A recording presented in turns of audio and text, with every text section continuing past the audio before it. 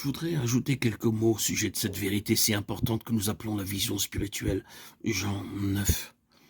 La Judée représente la religion organisée, le monde religieux, dont la manière de voir est absolument étrangère à la pensée de Dieu. L'état du monde religieux est décrit avec justesse et sobriété au verset 41. Sa prétention, c'est de voir clair dans les choses de Dieu. À cet égard, l'aveugle-né représente bien l'état spirituel des Juifs. La lumière spirituellement ne dépend pas de la quantité de vérité que nous possédons. La simple présentation de la vérité ne suffit pas pour nous éclairer. Ce qui détermine la valeur de la lumière que nous possédons ou que nous croyons posséder, c'est la question suivante.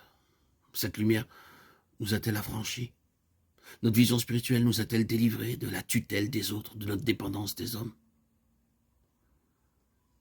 Pendant de longues années, l'aveugle-né vécut dans une constante dépendance de son entourage.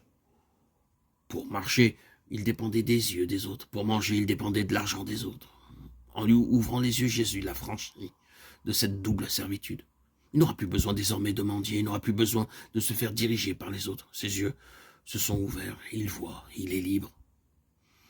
Or, il est très significatif de voir cet homme par étapes successives en arriver à reconnaître et à confesser Jésus-Christ comme son Seigneur absolu.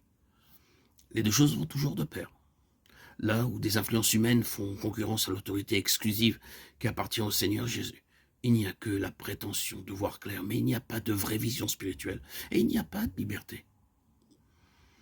Vie, lumière, amour, voilà en raccourci tout l'évangile de Jean. Ces trois éléments ne peuvent exister dans notre vie qu'en fonction de la personne qui les a manifestés. Entre les trois, et à condition qu'ils demeurent inséparables et inséparés, ils représentent le témoignage de Jésus. La vie céleste ne peut être expérimentée dans sa plénitude que là où la solidarité de ces trois éléments est respectée. Vie, lumière, amour. Certaines personnes s'imaginent que toute manifestation de vitalité est une forme du témoignage de Jésus. Une activité intense, toute trépidante d'intérêt et de vie, est à leurs yeux une preuve certaine de la présence et de la bénédiction de Dieu. Mais non, non. Une action entraînante, un enthousiasme débordant ne sont pas forcément des expressions du vrai témoignage.